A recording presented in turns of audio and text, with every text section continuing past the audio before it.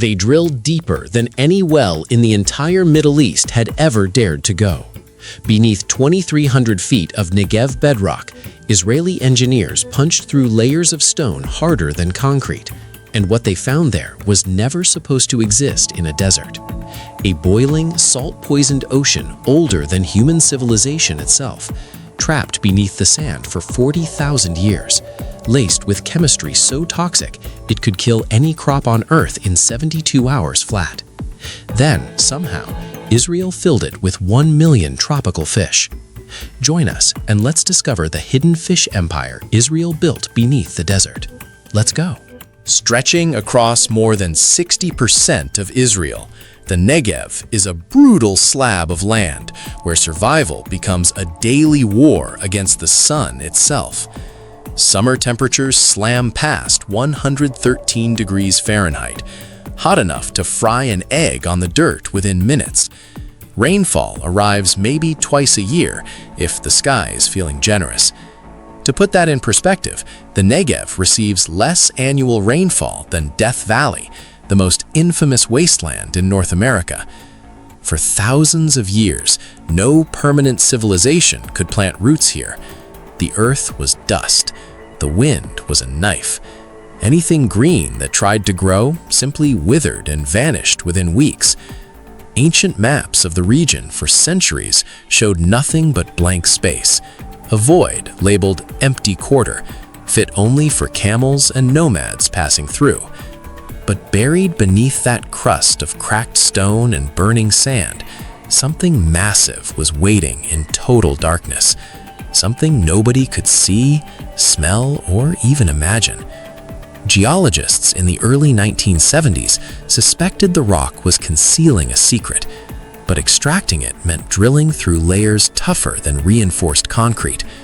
The deeper the bits went, the hotter the equipment became. At 1,000 feet, the rock fought back violently. At 2,000 feet, the temperature gauges began screaming. And then, at exactly 2,300 feet down, the drill bit punched into a hidden void. What rushed up out of that hole would terrify the engineers and rewrite the rules of global agriculture forever.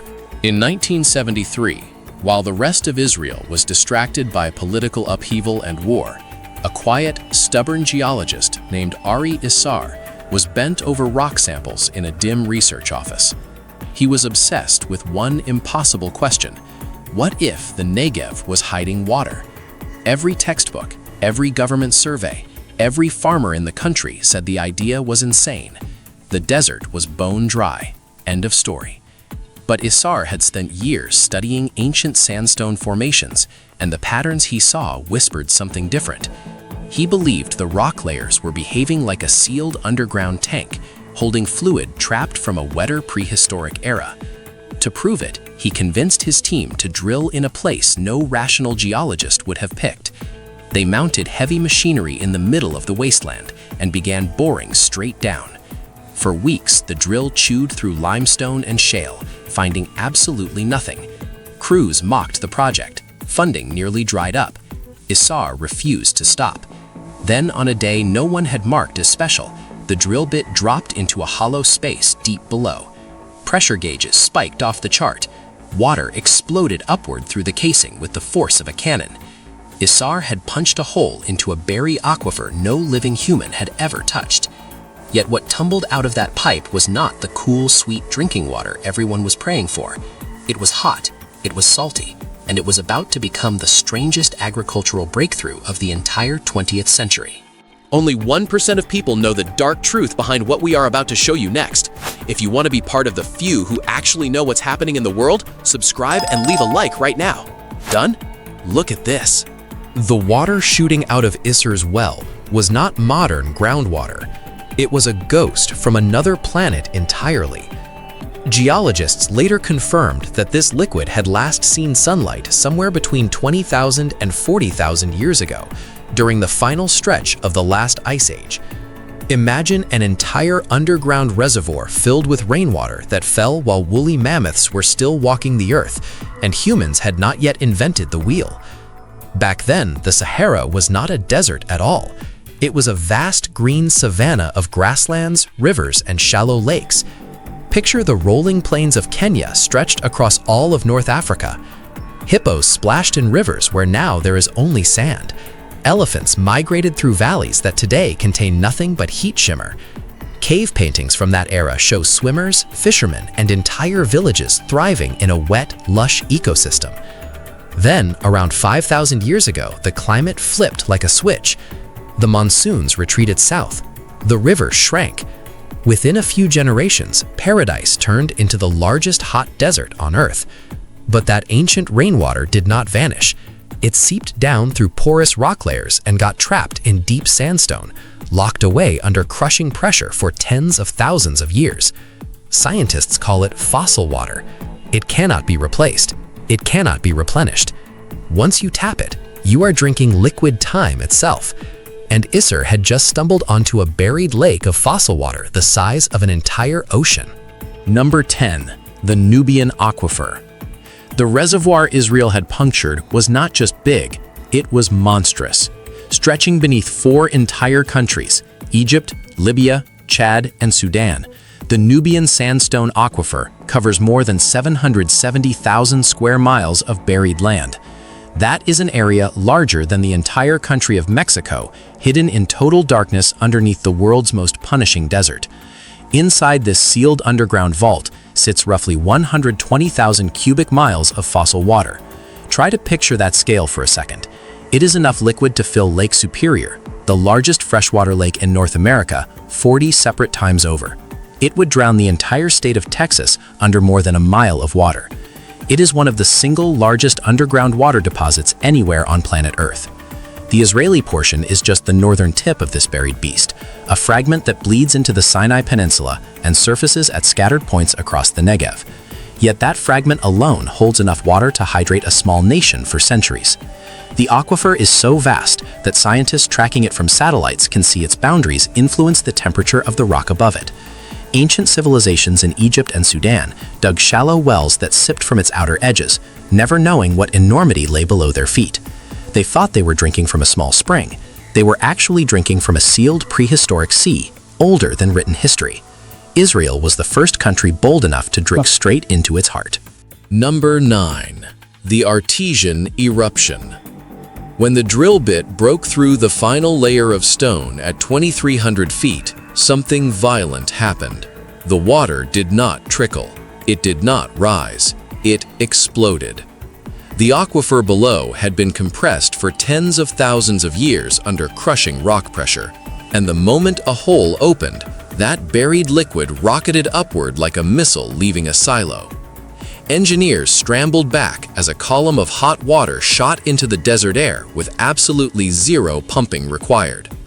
Hydrologists call this an artesian well. It happens when underground pressure is so extreme that water pushes itself to the surface using nothing but its own trapped energy. Think of shaking a soda can for an hour, then punching a nail through the lid. That same explosive release was happening, but at industrial scale, with millions of gallons of fluid behind it. The pressure was so intense, the original casing nearly cracked under the force. Workers had to throttle the well with reinforced steel valves just to control the flow. For weeks, the borehole spat out boiling water at a rate of thousands of gallons per minute, forming temporary pools and steaming rivers in the middle of the dry desert. From a distance, the site looked like a geyser had erupted in the wrong country. But this was not Yellowstone. There were no hot springs nearby.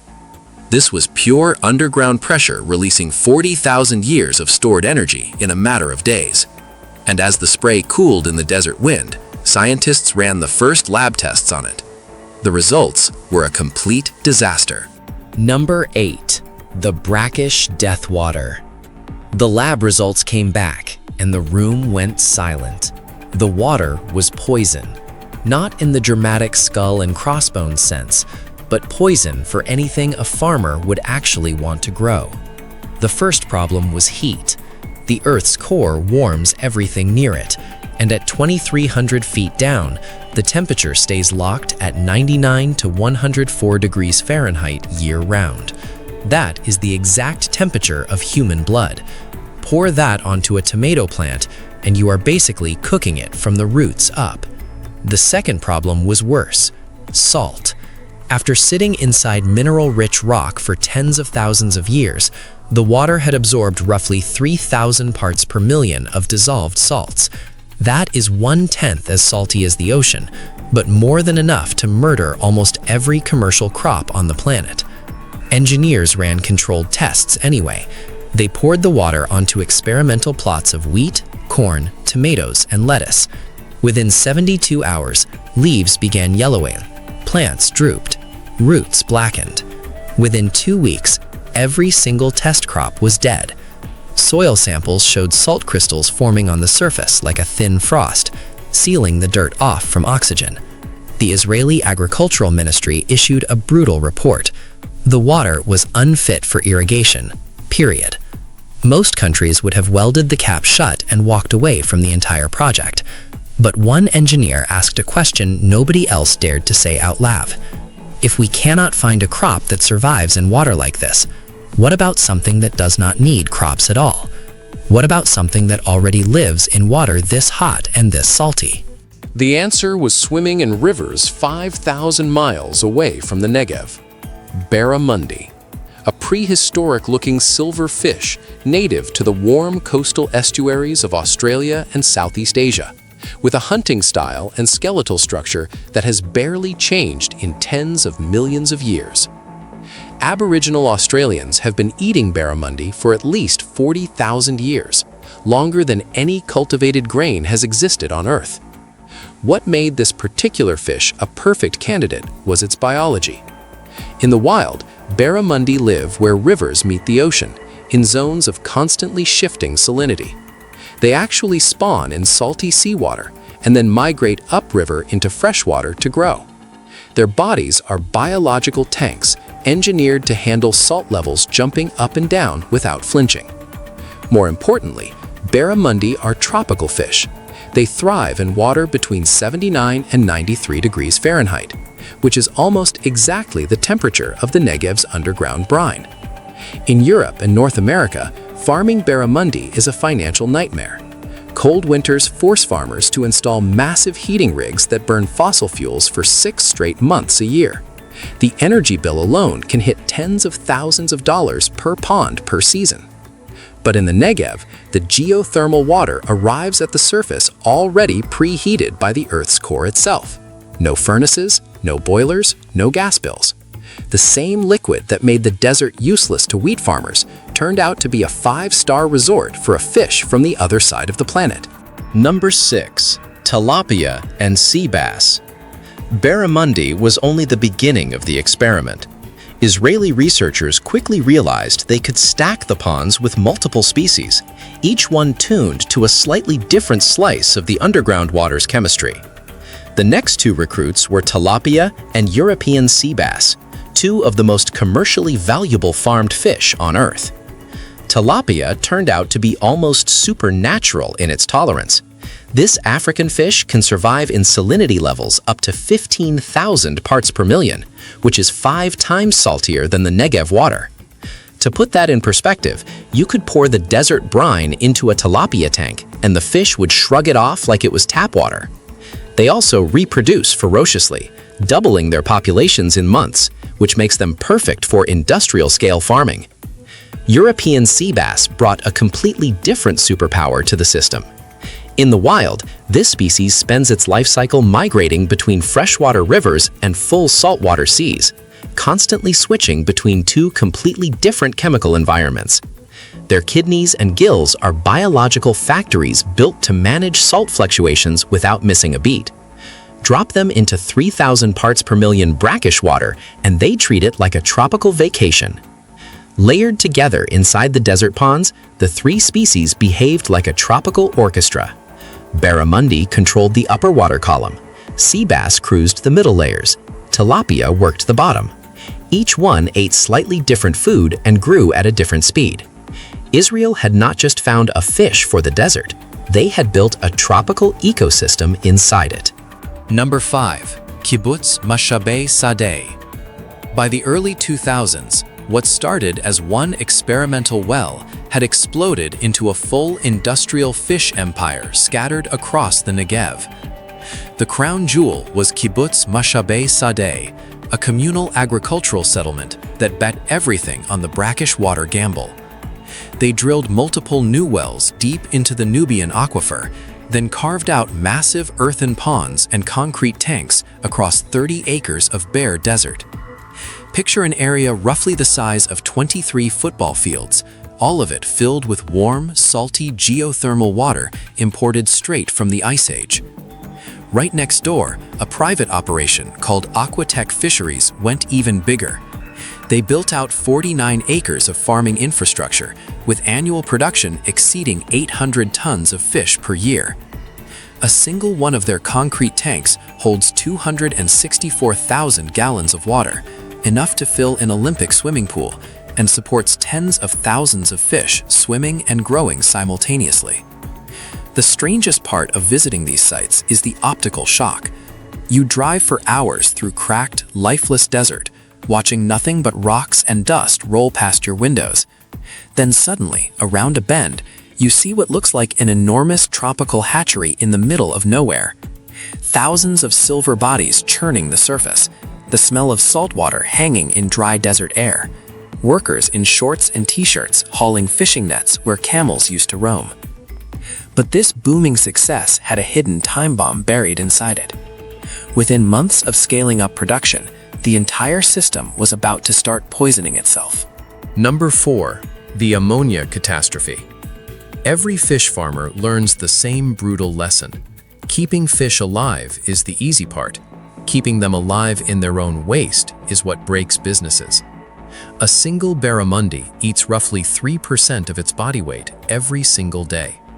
Multiply that across a pond holding 100,000 fish, and you are talking about tons of food going in and tons of waste coming out.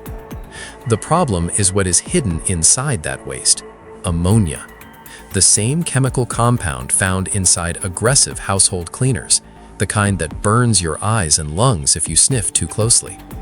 At just 2 parts per million in pond water, ammonia melts fish gills, scrambles their nervous systems, and shuts down their immune defenses completely. The fish drown in toxic fog made of their own bodies. Bacteria in the water then convert that ammonia into nitrite, which is also lethal, and finally into nitrate, which is less deadly but still dangerous in high amounts. Over time, the ponds were transforming into chemical death traps. Traditional fish farms solve this problem by installing massive filtration systems with sand filters, biofilters, and ultraviolet sterilizers. The pumps required can consume enough electricity to power 50 average homes. Operating costs blow past $50,000 per year. Other farms simply dump their poisoned wastewater into the ocean, triggering algae blooms that suffocate marine ecosystems. But in the Negev, neither option made any sense. Filtration was unaffordable, dumping was impossible because there was no ocean for hundreds of miles. The engineers were stuck holding millions of gallons of toxic warm soup with absolutely nowhere to send it. Then, someone in the team had a thought that flipped the entire problem upside down. Ammonia kills fish, but to plants, ammonia is the most precious nutrient on planet Earth. It is nitrogen, the single ingredient that makes leaves grow, fruit ripen, and root systems explode outward.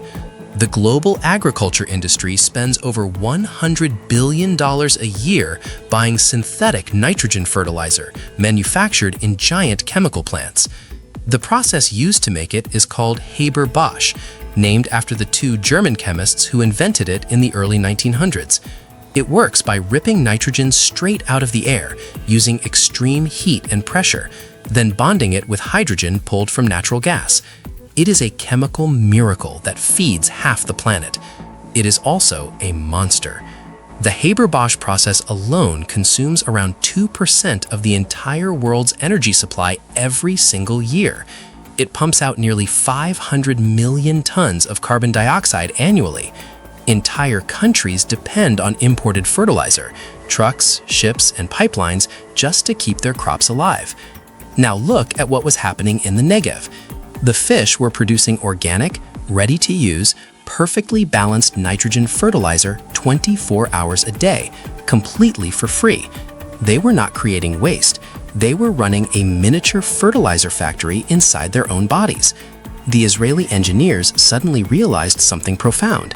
They did not have a pollution problem, they had a resource distribution problem. The nitrogen the fish were dumping into the water was the exact molecule farmers were paying billions to manufacture from scratch. Number 2. The closed-loop system. Instead of filtering the water or dumping it out, the engineers ran irrigation pipes directly from the fish ponds out to brand new orchards planted in the desert sand. The flow was simple.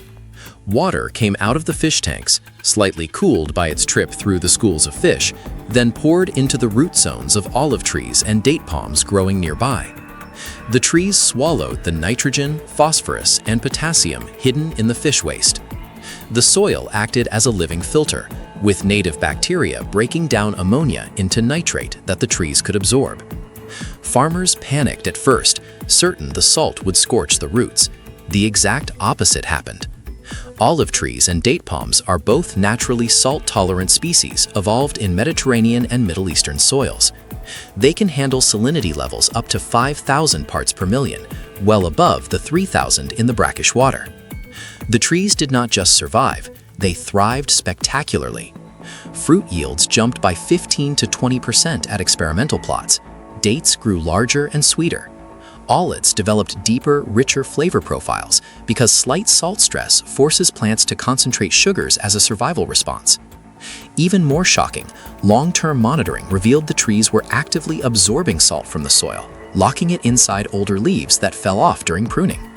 The orchards were not just tolerating brackish water, they were quietly desalinating the desert beneath them. Water flowed from earth to fish to trees to soil, and finally seeped back into the aquifer, cleaner than when it left. A perfect symbiotic loop with absolutely zero waste. Now stack every piece of this system together, and you get the most shocking revelation of all. The Negev is not just carbon neutral, it is carbon negative. It pulls more carbon out of the atmosphere than it releases. The math is staggering. By eliminating synthetic fertilizer, the farms cut hundreds of millions of pounds of CO2 that would have come from Haber-Bosch chemical plants. By skipping freshwater desalination and long-distance transport, they kill another massive chunk of pumping and treatment emissions. Geothermal heat from the aquifer replaces electric heaters, saving the equivalent of 200 tons of CO2 per 2.5 acres of fish ponds every single year. Then come the trees. A single mature date palm pulls roughly 44 pounds of carbon out of the air annually through photosynthesis. An olive tree absorbs 66 pounds. A 25-acre plantation of 1,000 trees removes 66,000 pounds of carbon per year, locking it inside wood, leaves, and roots for decades. Israel built a food production system that actively heals the climate while feeding people. Today, over 3,000 tons of desert fish are produced annually, with Israeli barramundi shipped to supermarkets in France, Germany, and the United Kingdom, undercutting fish caught in the actual ocean. And other arid nations are racing to copy the blueprint. Egypt launched pilot fish farms tapping the same Nubian aquifer beneath its western desert. Saudi Arabia poured billions into integrated desert aquaculture near Riyadh. From a buried, poisoned, useless underground sea, Israel built an empire now spreading across every desert on planet Earth. If you thought this was terrifying, you are not ready for what they found in the video on your screen. Click it right now. The truth is worse than you think.